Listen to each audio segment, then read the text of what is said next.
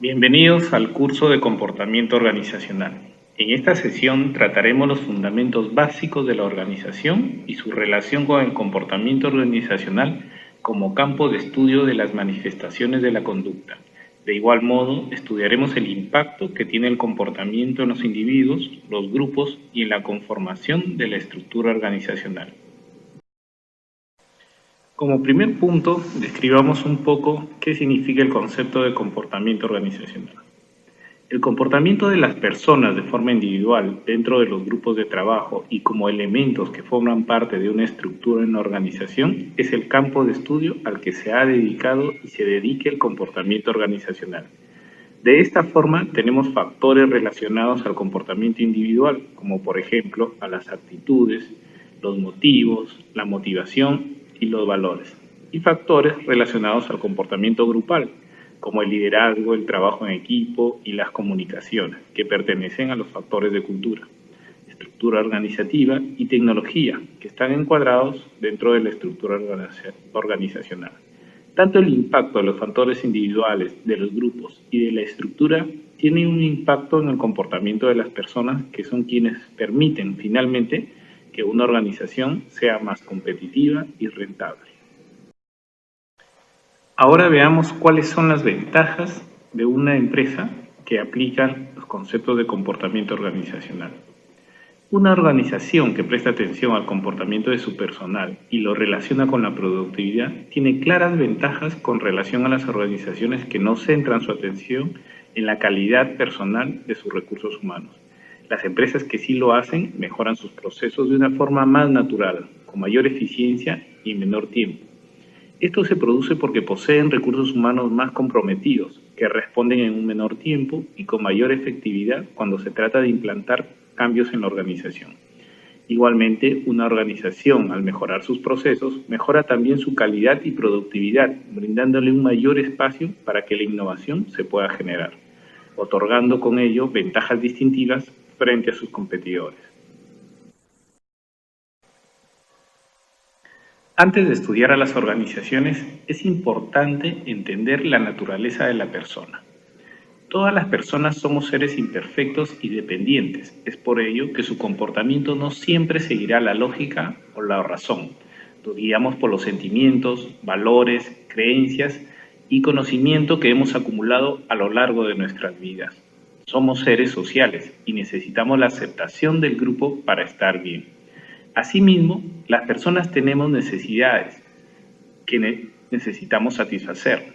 Estas necesidades son de tres tipos. Tenemos las necesidades materiales, cognitivas o intrínsecas y afectivas o trascendentales.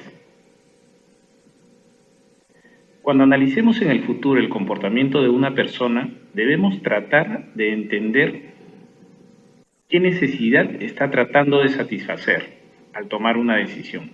Por ejemplo, si alguien decide cambiar de trabajo, lo primero que debemos analizar es si lo hace por un mayor sueldo, ya que el sueldo actual no le alcanza para cubrir sus necesidades materiales, o lo hace porque en el nuevo trabajo tiene una mayor línea de desarrollo y puede aprender más que en el trabajo actual, que son las necesidades cognitivas, o lo hace porque quiere dedicarse al negocio familiar y ayudar a los padres que tienen una edad avanzada, que es una necesidad trascendental.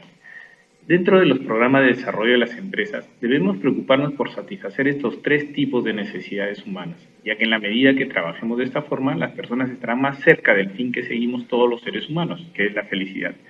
Las empresas pueden satisfacer las necesidades materiales brindando sueldos justos y acordes con los puestos de trabajo.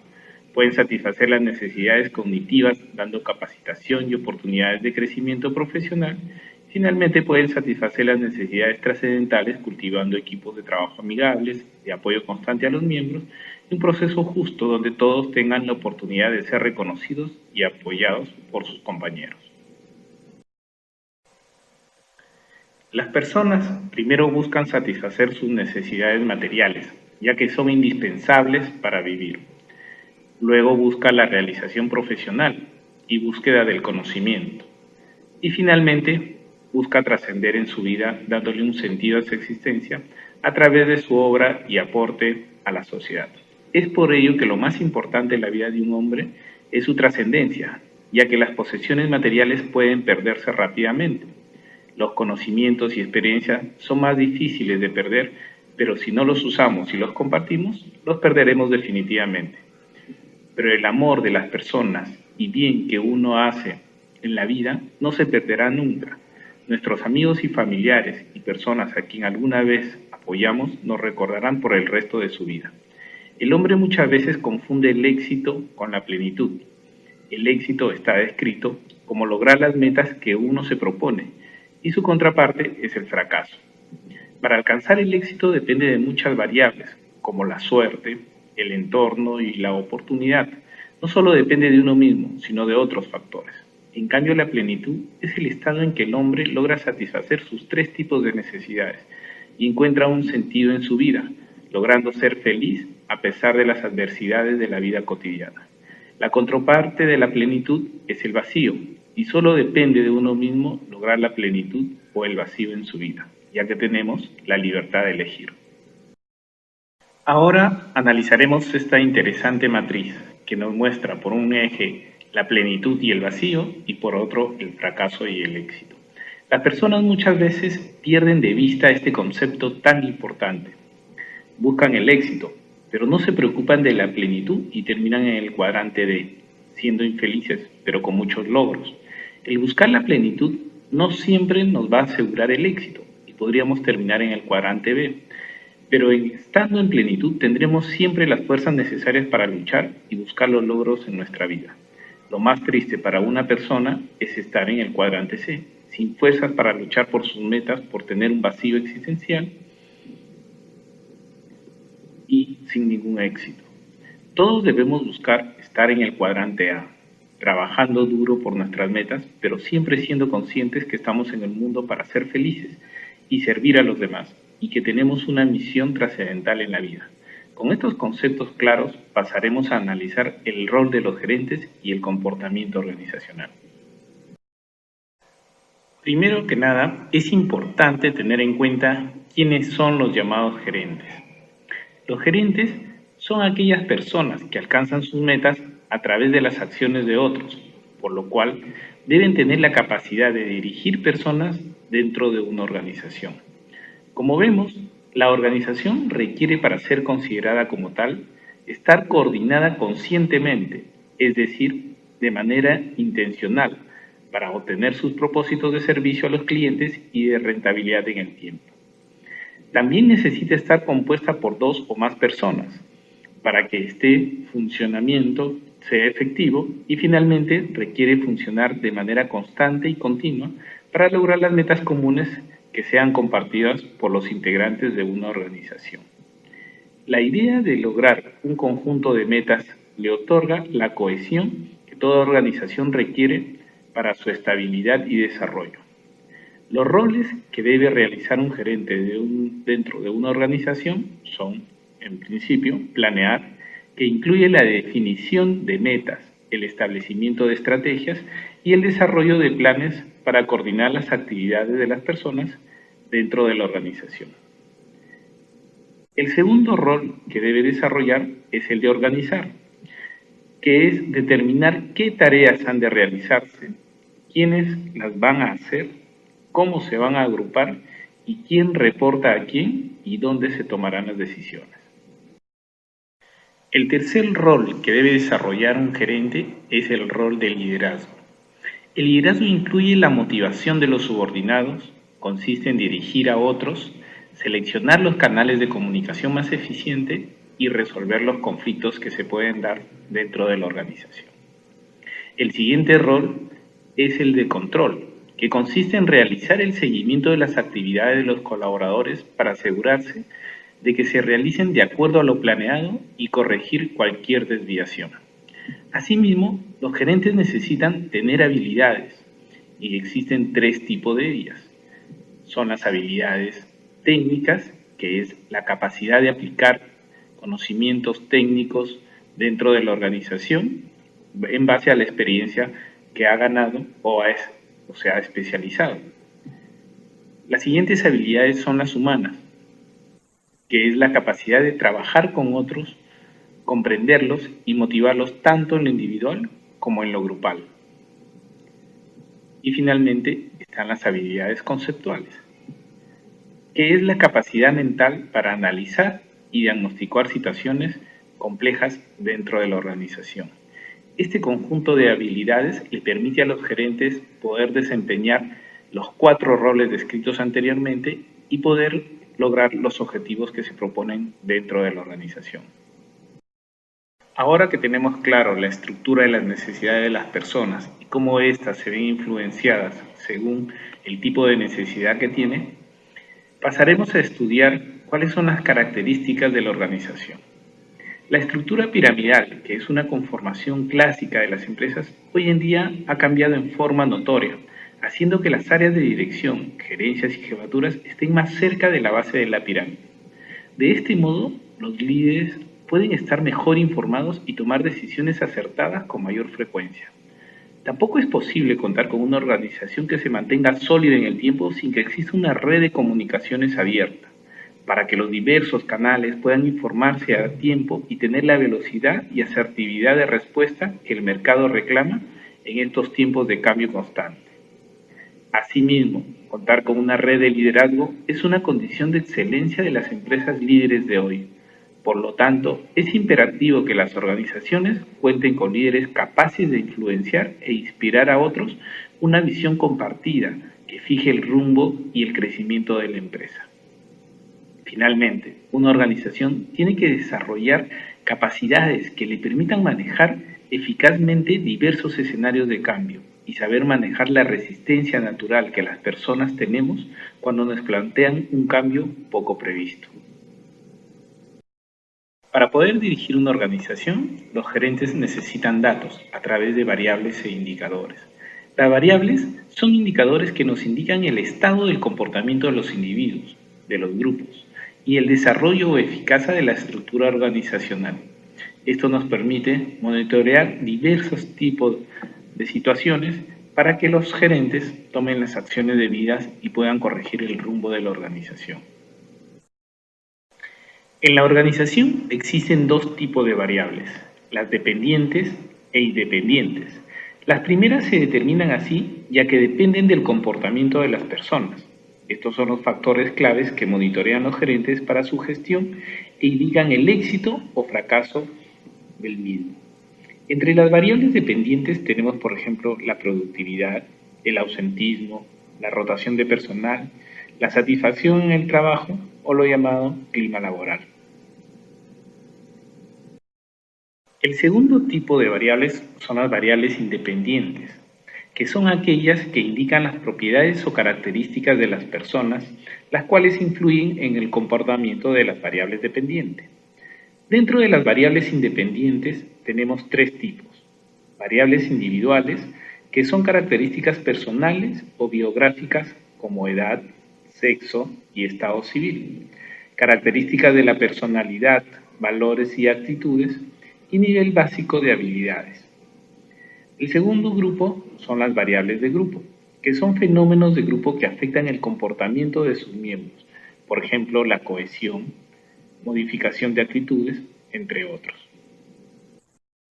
El tercer tipo de las variables independientes son las variables a nivel de sistema organizacional.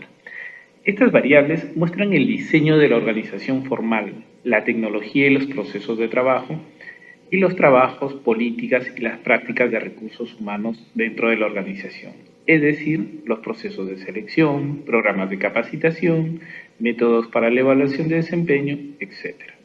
La cultura interna, los niveles de tensión en el trabajo, todos tienen un impacto sobre las variables dependientes. Ahora veamos en qué existe la llamada conducta. La conducta es el conjunto de actos y comportamientos exteriores de un ser humano que son visibles y plausibles de ser observados por otros. Caminar, hablar, manejar, correr, gesticular, limpiar, relacionarse con los demás es lo que se denomina conducta evidente por ser extremadamente observable. Las actitudes corporales, los gestos, la acción y el lenguaje son las 4 formas de conducta que ostentan los seres humanos. Básicamente, conducta es la herramienta de reacción que tenemos todos ante las distintas circunstancias de la vida a las cuales nos vamos enfrentando. Dentro de las organizaciones buscamos desarrollar buenas conductas, buscamos que las personas tengan reacciones adecuadas ante los diversos momentos que se viven dentro de la organización. Es por eso que es importante entender cómo funciona la conducta dentro de las personas. Más adelante veremos cuáles son las componentes de la conducta y cómo a través de un trabajo organizacional podemos modificarlas y podemos llegar a aquellas conductas que son necesarias para que la organización siga creciendo y alcance sus objetivos. La conducta de las personas tiene dos componentes, factores internos y factores externos. En la gráfica podemos apreciar que hay un predominio de los factores internos sobre los externos. Esto quiere decir que frente a circunstancias, cuando una persona reacciona, lo hace en mayor grado por factores que lleva dentro de sí mismo en comparación con los factores que están en el ambiente externo. Por ejemplo, cuando una persona toma la decisión de cambiar de trabajo, lo hace primero pensando en lo que esa persona siente y piensa respecto a esa decisión. Los factores externos tienen también una influencia sobre nuestra manera de actuar y de comportarnos, que en muchos casos impulsa nuestras decisiones, pero es finalmente la persona misma la que evalúa y decide con plena libertad de actuar de una manera o de otra. Ahora entraremos al concepto de liderazgo. Lo primero que debemos saber es que el liderazgo es un fenómeno grupal. Se genera cuando hay la interacción entre dos o más personas. Los líderes siempre son producto de la sociedad, de la organización y del grupo. La sociedad, la organización o el grupo crea los líderes que necesita. Esto significa que todas las organizaciones, de acuerdo a su evolución, necesitan diferentes tipos de líderes. Es por ello que muchas organizaciones cambian a sus líderes o los líderes se van adaptando a las necesidades de estas nuevas organizaciones. Las necesidades de una empresa joven que recién está iniciando no son las mismas que una empresa que ya es líder en el mercado. La primera necesita de un líder emprendedor que busque las oportunidades, que abra puertas y que gestione para que el negocio se empiece a desarrollar. El segundo líder dentro de una empresa consolidada necesita ser visionario, tener los conceptos de las tendencias y poder dirigir a la organización hacia un continuo éxito. De este modo, el líder representa a su grupo, institución o sociedad, pero no necesariamente a todos. Esto explica por qué puede haber un líder con poder y sin autoridad. El poder tenemos que ser conscientes que lo da el estatus jerárquico. Si se nombra un nuevo jefe, tiene el poder de la decisión, porque es el jefe dentro de la organización. En cambio, la autoridad se da por el reconocimiento de las personas a las capacidades de dirección de esta persona. Es por eso que muchas veces tenemos líderes con la suficiente autoridad, pero que no son nombrados dentro de la organización, pero que internamente son los que dirigen, podemos decir, detrás de bambalinas, a la organización. Un líder en la organización debe tener una orientación a las tareas y a las personas en una proporción equivalente para poder influir en el comportamiento de las personas. Por ejemplo, cuando se produce un cambio en la organización, donde siempre están involucradas las personas, algunos líderes centran su atención únicamente en las tareas para asegurarse que éstas se cumplan cabalmente. Este foco de atención hace que los recursos y las capacidades que deben desarrollar las personas pase a un segundo plano, lo que cambia el equilibrio que debe existir entre tareas y personas. Un líder de influencia debe saber guardar un comportamiento equitativo entre personas y tareas para ser eficiente y más justo. Hoy en día, las personas que tienen influencia sobre otras, ya sean jefes o líderes, tienen que desarrollar la aptitud de la inteligencia emocional.